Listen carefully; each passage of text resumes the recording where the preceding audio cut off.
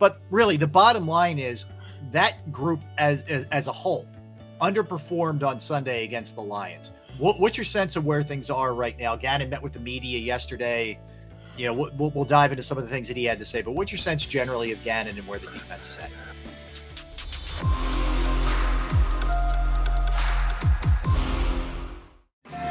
All right, we're back. We're hanging out with you on this hump day. Derek and Barrett Brooks, Rob Ellis. We are Sports Take, JAKIB Sports YouTube Network. We're here each and every day, 12P to 3P, 3 hours of power with the three amigos hanging out today. All right, guys, so let's pick it back up with the Eagles defense here. And Gunnar and I, we touched on that a little bit earlier, Barrett. But much has been made. We came into the season with a lot of expectations for this defense to be a lot better.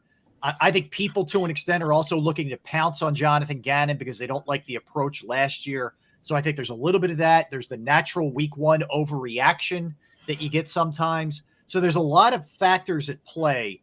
But really, the bottom line is that group as a whole underperformed on Sunday against the Lions. What's your sense of where things are right now? Gannon met with the media yesterday. You know, we'll dive into some of the things that he had to say, but what's your sense generally of Gannon and where the defense is at? I thought Gannon, even though there were times where it wasn't successful, I thought that he was a lot more aggressive than he was last year. He threw the blitz in there and had some success with it and really nullified that offense when he did take that more aggressive approach. I think he also relied too much on the front four, thinking they could get to it on a play-to-play basis. You know, I think that, you know, the expectation were, I think, a little too high to think that Fletcher Cox, Sweat, Hargrave, and Reddick were going to get there. And my expectations were they were supposed to do that also. I don't know what he's going to do to get those guys going in the right direction, but that's not the same team that I saw rushing the passer in camp or in the preseason games when they did play. I think they have a lot to sit down and think about as far as not necessarily effort, but I think it's more so that want to. You know, that's all defense is. Defense is the want to be great. Defenses want to get to the ball. Defenses want to stop somebody. And I didn't see a lot of want to. I saw a lot of going hard but not wanting to get to where you needed to go on every single play. And that's what defense is, the want to do something. So he has to get with those guys and say, hey, man, I need more from you.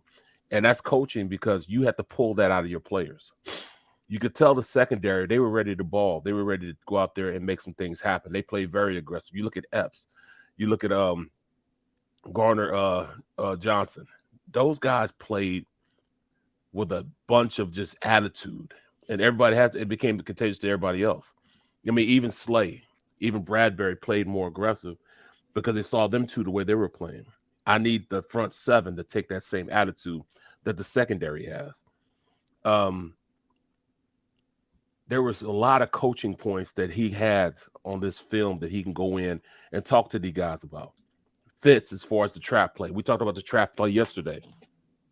I don't think that they played the trap play right because, number one, you want your defensive line to be aggressive. You want them to get up the field. But when you get up the field, you open yourself up to trap plays like that because, you know, you're being aggressive, and that's what those plays do.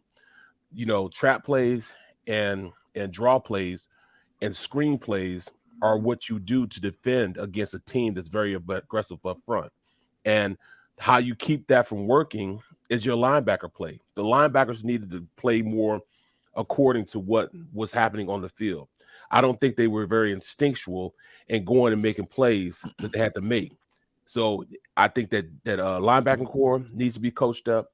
I think that defense of line has to be talked to about being more aggressive than they were. And, you know, continue to reinforce the secondary because they did a hell of a job. Well, I let me ask you, were they prepared properly? I'm not even like, I can't keep going down the road of they didn't practice a lot and all that, but like from a schematic standpoint, from a film study, did you feel like the defense was ready for what they saw, or they just didn't execute? It's as simple as that. They lost one-on-one battles. They didn't tackle, etc. No, for the most part, I thought they were I'm not going to say they weren't prepared. They were prepared for, with the exception of the trap plays. I think they were prepared for everything else. They were prepared for, where to be at and how to get there, but they weren't prepared to execute. Tackling was atrocious. They had 15 missed tackles in the game. That's ranked 32 out of 32 teams. Mm-hmm. 32 out of 32 teams. They were last as far as missed tackles in the first week. You got to make those tackles. If they'd have made those tackles, the score would have been way different. Mm-hmm. You got a lot of chump change first downs because they didn't tackle right. They were there to make the play, which means they were prepared to make the play. They just didn't execute it. Even the touchdown to Williams down there on the goal line. It was 3 missed tackles. It was almost 3 missed tackles on one play. All 3 guys hit him, but didn't wrap up. So he just pranced into the end zone from them not wrapping up. You got to go finish the play. And that comes with that want to make the tackle, want to go out there and stop the play. And they didn't do it. Hawkinson had a play where he got tackled 4 yards behind the line, behind the sticks. And he knocked some guys off, kept running, and got like an extra 10 yards, almost 10 yards on the play. That's not getting there because you're there to make the tackle, but you're just not executing the tackle.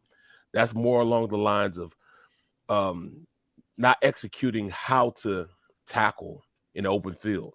They got to tackle better, man. I'm glad you brought up the tackling because I'm looking at the transcript of Jonathon Gannon's session with the media. And Martin Frank asked him about the missed tackles. How much do you think that's a product of not doing a whole lot of live hitting and tackling in the preseason? And Gannon's answer was, I really don't think it's a product of that. We just know that from what tackling is that we've talked about, we've just got to be better at that, coach that better, and tackle better. And how are you going to coach it better if you don't tackle in practice? He will never cop to they didn't work enough. He will never, ever cop to that. They will die on that hill. You'll never hear from Sirianni. You'll never hear from Gannon. You never hear from Howie. Because the time to practice tackling was training camp. Yep. Now you're not tackling in a regular season. So, I mean, I don't get where he's coming from with that. Yeah. And off today, too, by the way. Yeah. Yesterday and today. Barrett, are you surprised they're off back-to-back days? Yes, I am. Yes, I'm I shocked. am. We would have practiced on coaches I've had, we practiced on Tuesday. Like we went in Sunday, played, off on Monday, practice on Tuesday, off on Wednesday, practice on Thursday, Friday, Saturday, like it's a normal week. Right. And then, off on a walkthrough, a brisk walkthrough. It's more so a run through. Right. On Saturday. Sunday, we, travel or stay in a hotel and meet and then play the game on Monday. Let me ask you about the whole Jordan Davis thing, because when he was in there, they allowed 2.9 yards per rush. He only played 22 of 69 snaps on that side of the ball. Now, part of that is when he was in there, you had a 5-man front, basically. He's playing the nose. Yep. You by nature, you're probably going to be better against runs when he's okay. With that front. So is the disparity not that surprising to you? And my follow-up to that is also, aren't they kind of predictable that whenever they think it's going to be a run down, he's in, and when it's a passing down, he's not, and then maybe the offense would audible out of something?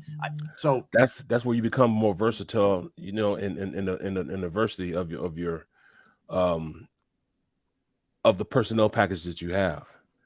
Buddy Ryan used to use that 50 front. They call it the 46 front, or we call it Navajo. We also call it a bear front. Is when you cover both the center and both guards with defensive linemen. That's your run stopper. But you can also use that as a passing down threat, because when you do that, it makes the offensive line man up. You can't slide the line in any direction because you have the 3 guys in the middle manned up. This is where you can use this on passing plays. So now you got one-on-one situations with both guards and the center. I put them up against, both guards in the center all day. If you give me that opportunity, you can't slide the line. That means you're going one-on-one. That means a one-on-one on the outside with your pass rush, Sweat and Hassan Reddick out there. You can blitz from that front. You just got to know how to use that front to be more productive. They should have used that even on passing downs. I don't understand why you're not going to use that. It's stupid to not.